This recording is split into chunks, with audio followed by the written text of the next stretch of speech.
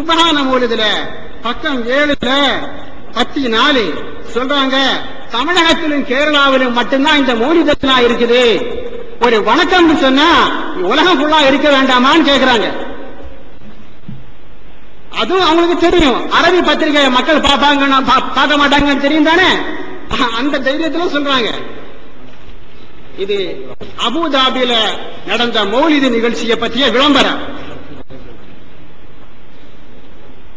மௌலிது சம்பந்தமான تعلن وزارة الإعلام والثقافة عن تنظيم مسابقة شعرية في ذكرى المولد النبوي الشريف. புனிதமான மௌலிது ஷரீஃப் சம்பந்தமான நினைவு நாளில் கவிதை போட்டி இருக்கா, அது அரபியாவில் நடந்த ஒரு நிகழ்ச்சி. மௌலிது நிகழ்ச்சியை போட்டோவே போட்டிருக்காங்க. இதுக்கு என்ன பதில் சொல்லல? தலைப்பு என்ன? மௌலிதுல இந்த சபையில் எடுத்து வைக்கிற வாதத்துக்கு நீ பதில் சொல்லணும். அதை விட்டுட்டு தேவையற்ற விஷயங்கள் சொல்றதுனால நம்ம அதுக்கு சொல்ல வேண்டியதுக்கு நேரம் போதாம இருக்கிற காரணத்தினால் அதை கண்டுகொள்ளல. ஆனா பாக்குற ஒவ்வொருத்தருக்கும் தெரியும், அரபு நாட்டில இருந்து அந்த பத்திரிகை விளம்பரம் அரபிகள் போட்ட விளம்பரம் கிடையாது.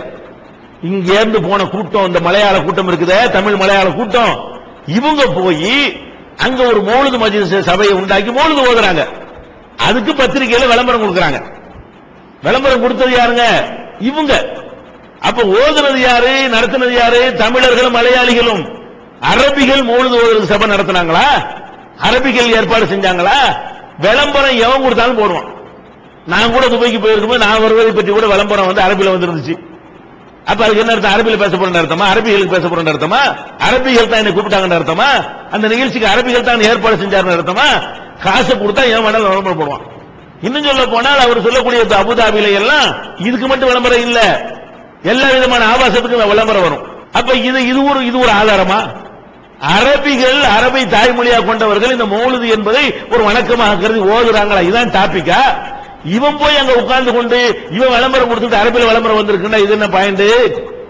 இதை ஒரு பெரிய ஆதாரமா எடுத்து இதெல்லாம் லிஸ்ட்ல வருது. நாங்கள் 8 கேட்ட பதில் சொல்லவில்லை, 9 கேட்ட, இதெல்லாம் 8, 9 உள்ளதான் இது. அந்த மாதிரியான விஷயங்களை அவர்கள் சொல்கிறார்கள். அடுத்து என்ன?